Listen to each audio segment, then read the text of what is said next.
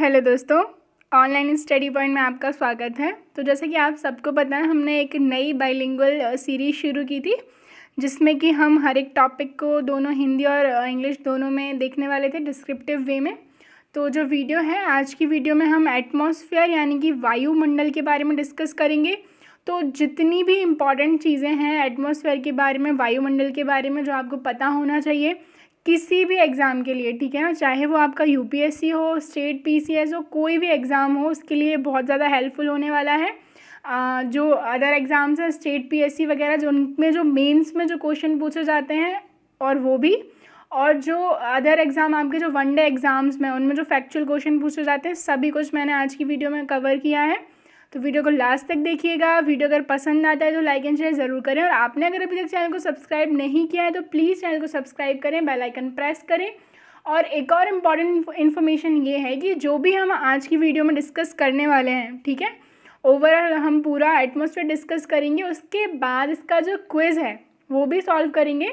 लेकिन उसके लिए आपको करना क्या है, ऑनलाइन स्टडी पॉइंट 2.0 जो हमारा चैनल है, ठीक है, आप उसको सब्सक्राइब कीजिए। वहाँ पर आपको इसका जो क्विज़ है वीडियो अपलोड होने के थोड़ी देर बाद वहाँ पर अवेलेबल हो जाएगा, ठीक है। जो क्विज़ की वीडियो है आपको उस वाले चैनल पर मिलेगी। तो अगर जिसने भी अभी तक वो चैनल सब्सक्राइब नहीं किया है तो आप वो चैनल जा करके सब्सक्राइब कर सकते हैं। हम शुरू करते हैं हमारी आज की वीडियो। सबसे पहली बात जो हमें पढ़ना है, एटमॉस्फेयर। तो एटमॉस्फेयर होता क्या है, ठीक है। The earth is surrounded by a blanket of air, it is known as the atmosphere, ठीक है। पृथ्वी के चारों ओर व्याप्त गैसीय आवरण को वायुमंडल कहा जाता है, जो पृथ्वी के गुरुत्वीय बल के कारण पृथ्वी के साथ संलग्न है, ठीक है। ये आपको दिख रहा होगा, ये हमारी अर्थ है और ये जो है ओवरऑल हमारा पूरा एटमॉस्फेयर है, ठीक है। All living beings on this earth depends on the atmosphere for their survival. It provides us the air we breathe and protect us from the harmful sun rays, ठीक है ना। जो हम ब्रीदिंग के लिए जो एयर हमारे सर्वाइवल के लिए इम्पॉर्टेंट है, और जो यूवी रेज आती हैं, अल्ट्रावायलेट रेज जो सन से आती हैं, जो ओजोन लेयर होता है स्ट्रेटोस्फेयर में, उसको एब्जॉर्ब करता है और हमें क्या करता है, उन हार्मफुल रेज से प्रोटेक्ट करता है, ठीक है। ये सूर्य से आने वाली हानिकारक परावैंगनी किरणें जो कि अवशोषण और ग्रीन हाउस प्रभाव द्वारा दिन व रात के धरातलीय तापमान को संतुलित रखकर पृथ्वी पर जीवन की रक्षा करता है, ठीक है ना। तो दिन में क्या होता है, इंसुलेशन सन की तरफ से आता है, और रात में क्या होता है, अर्थ क्या करता है, टेरेस्ट्रियल रेडिएशन करता है, जिसकी वजह से क्या होता है, जो टेम्परेचर बैलेंस होता है वो बना रहता है। और जो हमारा हम बात करें जो लिविंग बींग्स हैं उनके सर्वाइवल की ये क्या करता है, इसको प्रोटेक्ट करता है। अब हम बात करते हैं कि कंपोजिशन ऑफ द एटमॉस्फेयर, जो संगठन है वायुमंडल का, ठीक है ना, उसमें क्या क्या है, ठीक है। तो कंपोजिशन की हम बात करें, nitrogen is the most plentiful gas in the air. सबसे ज़्यादा अमाउंट में क्या है, नाइट्रोजन प्रेजेंट है, जो कि अप्रोक्स 78% है, ठीक है। Plants need nitrogen for their survival. जो प्लांट्स होते हैं उनको नाइट्रोजन की काफ़ी ज़्यादा नीड होती है सर्वाइवल के लिए। And the oxygen is the second most abundant gas in the air. जो ऑक्सीजन है, नाइट्रोजन के बाद सबसे ज़्यादा अमाउंट में अगर कुछ प्रेजेंट है तो वो क्या प्रेजेंट है, ऑक्सीजन, जो अप्रॉक्स 21% है, ठीक है। Humans and animals takes oxygen from their air as they inhale. तो ये तो सबको पता है, जैसे हम इनहेल करते हैं तो ऑक्सीजन हम क्या करते हैं, ब्रीदिंग के लिए यूज़ करते हैं। Carbon dioxide is the another important gas, ठीक है, क्योंकि जो ग्रीन प्लांट्स होते हैं वो कार्बन डाइऑक्साइड को अपना फूड बनाने के लिए यूज़ करते हैं, और उसके बाद क्या, ऑक्सीजन को रिलीज़ करते हैं, ठीक है। और जो हम कंपोजिशन की बात कर रहे हैं, गैसेस की हमने बात कर ली, उसके साथ वाटर वेपर यानी कि जलवाष्प, और जो डस्ट पार्टिकल यानी कि धूल के कण, ये भी प्रेजेंट होते हैं। नाइट्रोजन का जो अमाउंट है वो अप्रोक्स 78% है, ऑक्सीजन 21% है, ठीक है। 0.93% जो है ऑर्गन है, और 0.03% कार्बन डाइऑक्साइड है। और कुछ हम बात करें अमाउंट में, hydrogen, helium, ozone, neon, xenon, ये सारी गैसेस प्रेजेंट हैं, ठीक है। आई होप आपको समझ में आ रहा होगा। और आपने अगर अभी तक चैनल को सब्सक्राइब नहीं किया है तो चैनल को सब्सक्राइब करें, बेल आइकन प्रेस करें, जिससे वीडियो का नोटिफिकेशन आपको मिले। और वीडियो का नोटिफिकेशन नहीं मिलता है तो टेलीग्राम ग्रुप को ज्वाइन कर लीजिए, वहाँ पर सारी वीडियो का नोटिफिकेशन, ठीक है, और वीडियो की PDF आपको मिल जाएगी। और इस वीडियो का जो क्विज़ है वो आपको ऑनलाइन स्टडी पॉइंट 2.0 जो है वहाँ पर मिलेगा। तो जैसे ही वीडियो अपलोड होता है उसके थोड़े टाइम के बाद आपको वो भी वहाँ पर मिल जाएगा। नेक्स्ट हम बात करते हैं स्ट्रक्चर ऑफ द एटमॉस्फेयर। तो जो हमारा एटमॉस्फेयर है क्या है, atmosphere is composed of many component. जैसे कि हमने गैसेस देखी थी, सब कुछ देखा था, वो कहाँ आ जाती है, वो कंपोजिशन में आ जाती है। अब हम बात कर रहे हैं स्ट्रक्चर की। But the structure of the atmosphere is a combination of the various layers. बहुत सारी लेयर्स का एक कॉम्बिनेशन है जो मिलकर क्या एटमॉस्फेयर को फॉर्म करता है। There are the 5 layers in the structure of the atmosphere depending upon the temperature differences। ठीक है ना। तो ये जो लेयर हैं कौन कौन सी हैं, तो पहली है troposphere, stratosphere, mesosphere, thermosphere and exosphere.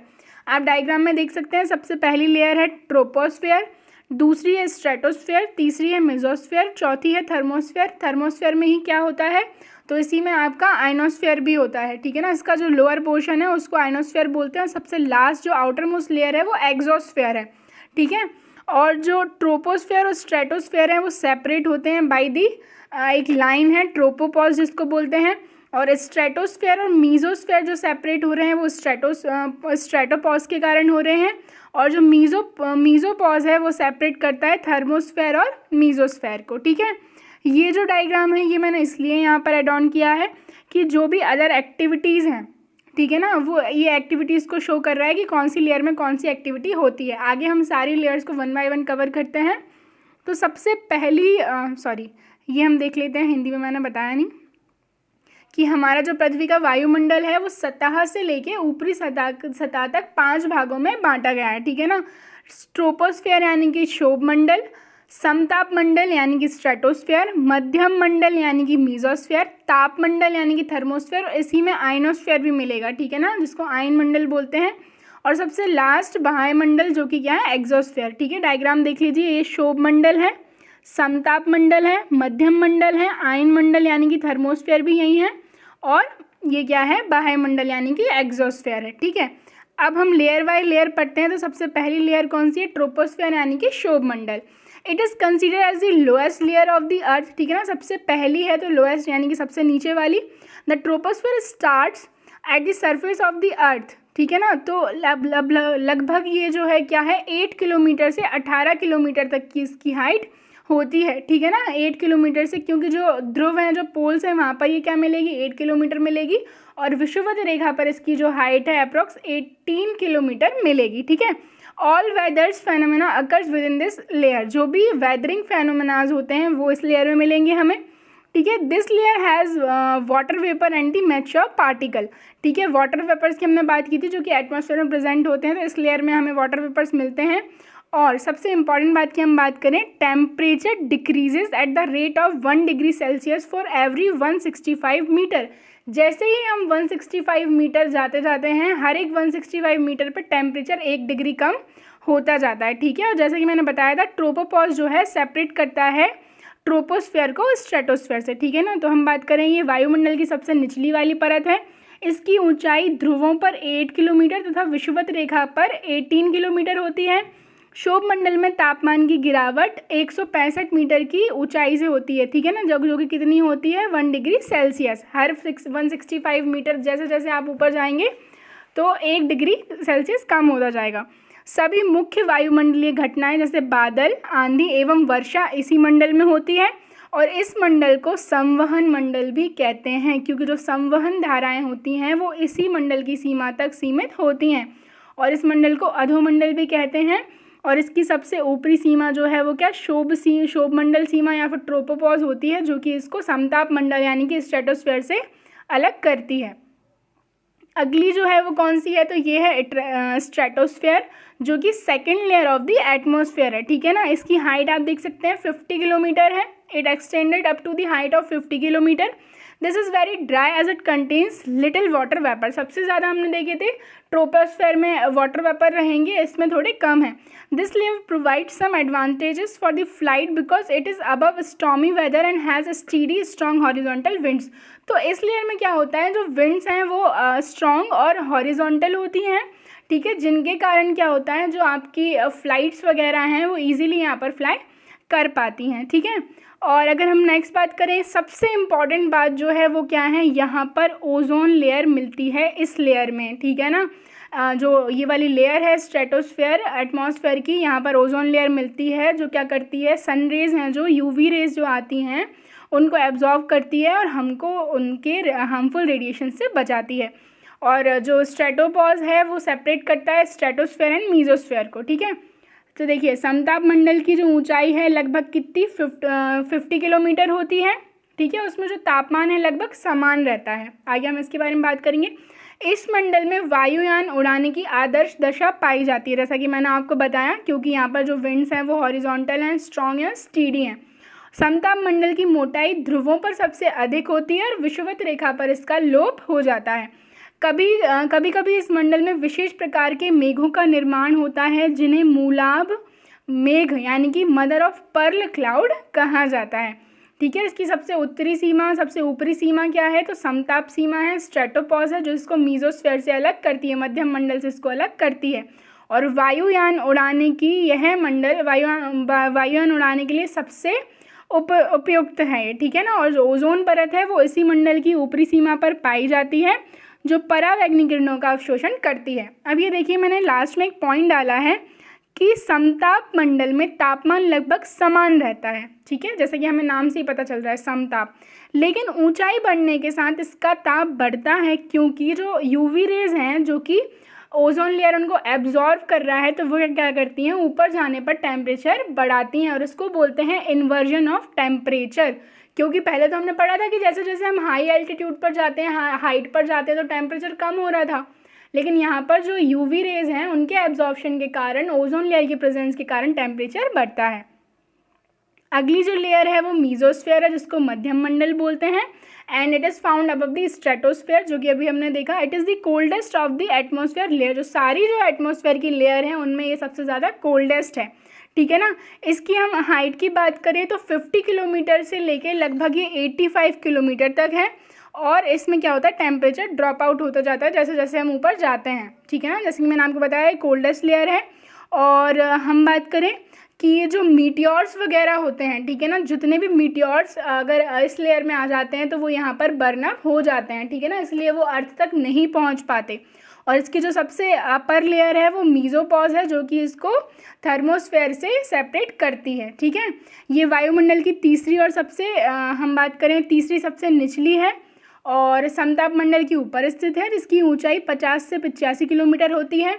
और मध्यम मंडल की जो सबसे ऊपरी सीमा है पृथ्वी का सबसे ठंडा स्थान है जहां औसतन तापमान लगभग -85 डिग्री होता है, ठीक है। -85 से 100 डिग्री आप मान सकते हैं। और अंतरिक्ष से पृथ्वी के वायुमंडल में प्रवेश करने वाले सभी उल्कापिंड, सभी मीटियोर्स जो होते हैं यहाँ पर आकर जल जाते हैं। अगली हम बात करते हैं थर्मोस्फेयर की।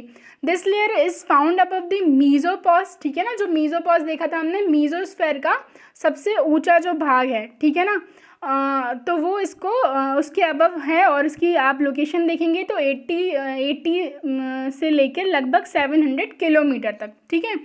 और जो रेडियो वेव्स हैं वो क्या करती हैं, radio waves which are transmitted from the earth are reflected by this layer, क्योंकि इसी लेयर में प्रेजेंट होता है क्या, आयनोस्फेयर, ठीक है ना। The temperature increases with the height, temperature increase क्यों हो रहा है, क्योंकि यहाँ पर आयनोस्फेयर है, ठीक है ना, यही रीज़न है टेम्परेचर इंक्रीज होने का। और जो एरोरा और सैटेलाइट जो होते हैं ऑकर होते हैं इसी लेयर में, ठीक है। एरोरा के बारे में हम आगे बात करेंगे जब आगे के लेक्चर्स में आएंगे हम, ठीक है। जो आयनोस्फेयर है वो भी थर्मोस्फेयर में प्रेजेंट होता है। द लोअर थर्मोस्फेयर जो है जो कि 80 से लेके 5500, ठीक है ना, 5500 किलोमीटर का जो एरिया है वहाँ पर आयनोस्फेयर है जो कि थर्मोस्फेयर का ही पार्ट है। Ionosphere consist of electrically charge particle known as ions, ions present है इसीलिए इसको आयनोस्फेयर बोल रहे हैं। And this layer is defined as the layer of the atmosphere of the earth that is ionized by the cosmic and the solar radiation। जो ions हैं वो ionise हो रहे हैं जो कॉस्मिक रेज होती हैं और जो सोलार रेडिएशंस हैं उनके कारण से, ठीक है। तो ये क्या था, तापमंडल यानी कि थर्मोस्फेयर। ये मध्य मंडल के ऊपर स्थित है जिसकी ऊंचाई 80 से 700 किलोमीटर होती है। और तापमंडल में नीचे से ऊपर की ओर जाने पर तापमान बढ़ता है, जो कि क्यों बढ़ता है, क्योंकि यहाँ पर आयंस प्रेजेंट होते हैं, ठीक है ना। आयोनाइजेशन के कारण यहाँ पर टेम्परेचर बढ़ता है। इसकी सबसे ऊपरी सीमा को थर्मोपॉज कहते हैं, ताप सीमा इसको कहते हैं, ठीक है। उत्तरी ध्रुवीय प्रकाश यानी कि ऑरोरास जो होते हैं और दक्षिणी ध्रुवीय प्रकाश यानी कि जो अरोरा ऑस्ट्रेलिस की घटनाएं हैं वह तापमंडल में ही घटित होती हैं। आप इसको समझ सकते हैं कि एक ब्लूइश लाइट जो दिखती है वो इसी मंडल में ये चीज़ होती है, ठीक है ना। और इसी में प्रेजेंट है क्या, आयन मंडल, जो इसकी निचली परत है जो 80 से 550 किलोमीटर की है, आयन मंडल कहलाती है, क्योंकि यह परत सैरिक विकिरण द्वारा आयनीकृत हो जाती है, आयनाइज्ड हो जाती है, इसलिए इसको आयन मंडल कहा जाता है। और आयन मंडल पूरी तरह से बादल व जल वाष्प विहीन है, ना तो यहाँ पर क्लाउड मिलते हैं ना ही यहाँ पर वाटर वेपर्स मिलते हैं। आयन मंडल से ही रेडियो तरंगें परिवर्तित होकर वापस पृथ्वी की ओर लौटती हैं और रेडियो, टेलीविज़न आदि के संचार को संभव बनाती हैं, ठीक है ना। जो हमारे टीवीज़ की हम बात करें, रेडियोज़ की बात करें, जो चल पा रहे हैं वो किस कारण से हो पा रहे हैं, जो रेडियो वेव्स यहाँ से भेजी जाती हैं वो आयन मंडल से ही, जो आयनोस्फीयर है वहीं से वापस आती हैं, ठीक है ना। और संचार उपग्रह की हम बात करें, कम्युनिकेशन सैटेलाइट जो हैं वो भी इसी मंडल में स्थित होते हैं, ठीक है। अब हमारा लास्ट वाला बचता है जो कि क्या है, एक्सोस्फीयर यानी कि बाह्य मंडल। It is the outer most layer of the atmosphere, ठीक है ना। The zone where molecules and atom escape into the space is mentioned as the exosphere. कोई भी एटम और मॉलिक्यूल जो यहाँ पर प्रेजेंट है वो यहाँ से कहाँ चला जाएगा, स्पेस में चला जाएगा, मतलब एटमॉस्फेयर से बाहर चला जाएगा, ठीक है। It extended up to the height of 700 to 10,000 kilometre, ठीक है ना। ये तापमंडल के ऊपर स्थित परत है जिसकी ऊंचाई 700 से 10,000 किलोमीटर तक होती है। ये वायुमंडल की सबसे बाहरी परत है जो अंततः अंतरिक्ष में जाकर मिल जाती है, ठीक है ना। और वायुमंडल में हाइड्रोजन व हीलियम गैसेस की प्रधानता होती है, ठीक है। अब हम बात करते हैं जो इम्पॉर्टेंट गैसेस आपको एटमॉस्फेयर में मिलती हैं वो कौन कौन सी हैं। तो सबसे पहली है नाइट्रोजन। तो nitrogen is composed of approx 78%, ठीक है ना, 78% नाइट्रोजन यहाँ मिल जाएगी, ठीक है। Sorry, the atmosphere is composed of 78%, तो जितनी भी गैसेस प्रेजेंट है उनमें 78% तो नाइट्रोजन ही है। Nitrogen can not be use directly from the air, ठीक है ना। जो नाइट्रोजन एयर में प्रेजेंट है उसका डायरेक्ट यूज़ हम नहीं कर सकते। अब मैं आगे आपको बताऊंगी क्यों।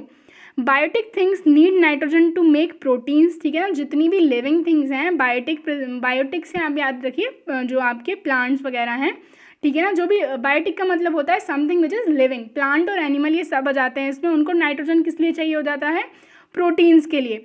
The nitrogen cycle is the way of supplying required nitrogen from the living things, ठीक है ना। तो जो नाइट्रोजन साइकिल है वो क्या है, उस नाइट्रोजन के अमाउंट को फुलफिल करना जो लिविंग थिंग्स के सर्वाइवल के लिए इम्पॉर्टेंट है, ठीक है। दूसरी जो इम्पॉर्टेंट गैस है जो कौन सी है, ऑक्सीजन, जो कि एटमॉस्फेयर में कितनी है, लगभग 21% है।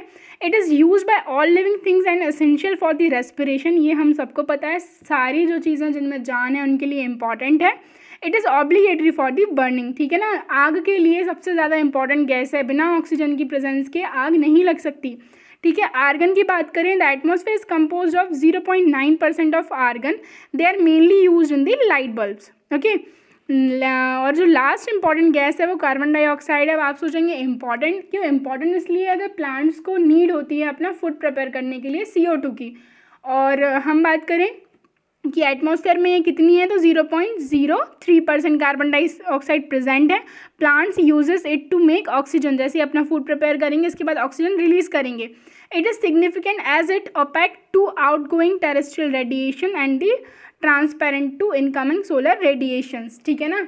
तो जो सीधी सी बात, हमारा जो टेम्परेचर बैलेंसिंग है अर्थ की, जो इंसोलेशन आते हैं और जो अर्थ के द्वारा जो रेडिएशंस जाते हैं टेरेस्ट्रियल रेडिएशन, उनकी बैलेंसिंग के लिए इम्पॉर्टेंट है।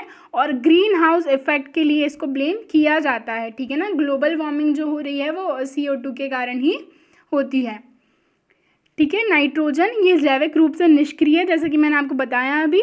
इसका चक्रण वायुमंडल, मृदा मंडल और जैव मंडल में अलग अलग होता है, ठीक है ना। और राइजोबियम बैक्टीरिया है, जो कि मैंने आपको बोला था ना यहाँ पे कि मैं आपको बताऊंगी इसको डायरेक्टली यूज़ क्यों नहीं कर सकते, क्योंकि यहाँ पर एक राइजोबियम नाम का बैक्टीरिया है जो क्या करता है, वायुमंडल से नाइट्रोजन को लेता है और नाइट्रेट के रूप में उसको ग्रहण करता है, ठीक है। और जो नाइट्रिक ऑक्साइड के रूप में अम्ल या एसिड रेन के लिए उत्तरदायी ये होती है। और अमाउंट कितना है, 78% है। अब हम बात करते हैं ऑक्सीजन की, तो ये प्राणदायिनी गैस है और सबसे भारी है, ठीक है ना। और ये जो है वायुमंडल के निचले भाग में सबसे ज़्यादा इसका अमाउंट मिलेगा, कितनी है, 21%, ठीक है। लास्ट जो इम्पॉर्टेंट है कार्बन डाइऑक्साइड है। पौधे कार्बन डाइऑक्साइड से ग्लूकोज और कार्बोहाइड्रेट बनाते हैं, इसके बाद ऑक्सीजन को रिलीज करते हैं। विविध कारणों से इस गैस की सांद्रता यानी कि गैस कंसंट्रेशन में वृद्धि हो रही है, CO2 बढ़ रही है, उसी कारण से क्या हो रही है, ग्लोबल वार्मिंग और जलवायु परिवर्तन की समस्या उत्पन्न हो रही है। और कितना अमाउंट इसका प्रेजेंट है, तो 0.03% ऑफ कार्बन डाइऑक्साइड प्रेजेंट है हमारे एटमॉस्फेयर में। ठीक है, तो ये तो थी हमारी आज की वीडियो। हमने क्या पढ़ा, एटमॉस्फेयर पढ़ा, atmosphere as a blanket of the earth. उसकी हमने 5 लेयर्स पढ़ी, ट्रोपोस्फेयर, स्ट्रेटोस्फेयर, मीजोस्फेयर, थर्मोस्फेयर और एक्सोस्फेयर। ठीक है, सारे एग्जाम्स के लिए टॉपिक बहुत ज़्यादा इंपॉर्टेंट है, तो वीडियो को लास्ट तक देखिएगा। पसंद आती तो लाइक एंड शेयर ज़रूर करें, और अगर अभी तक चैनल को सब्सक्राइब नहीं किया है तो चैनल को सब्सक्राइब कर लें। और जो इंपॉर्टेंट इन्फॉर्मेशन मैंने दी थी, इसका क्विज आपको हमारे ऑनलाइन स्टडी पॉइंट 2.0 पर मिलेगा। ठीक है ना, तो वहाँ पर जाकर आप क्विज को भी सॉल्व कर सकते हैं। Thank you.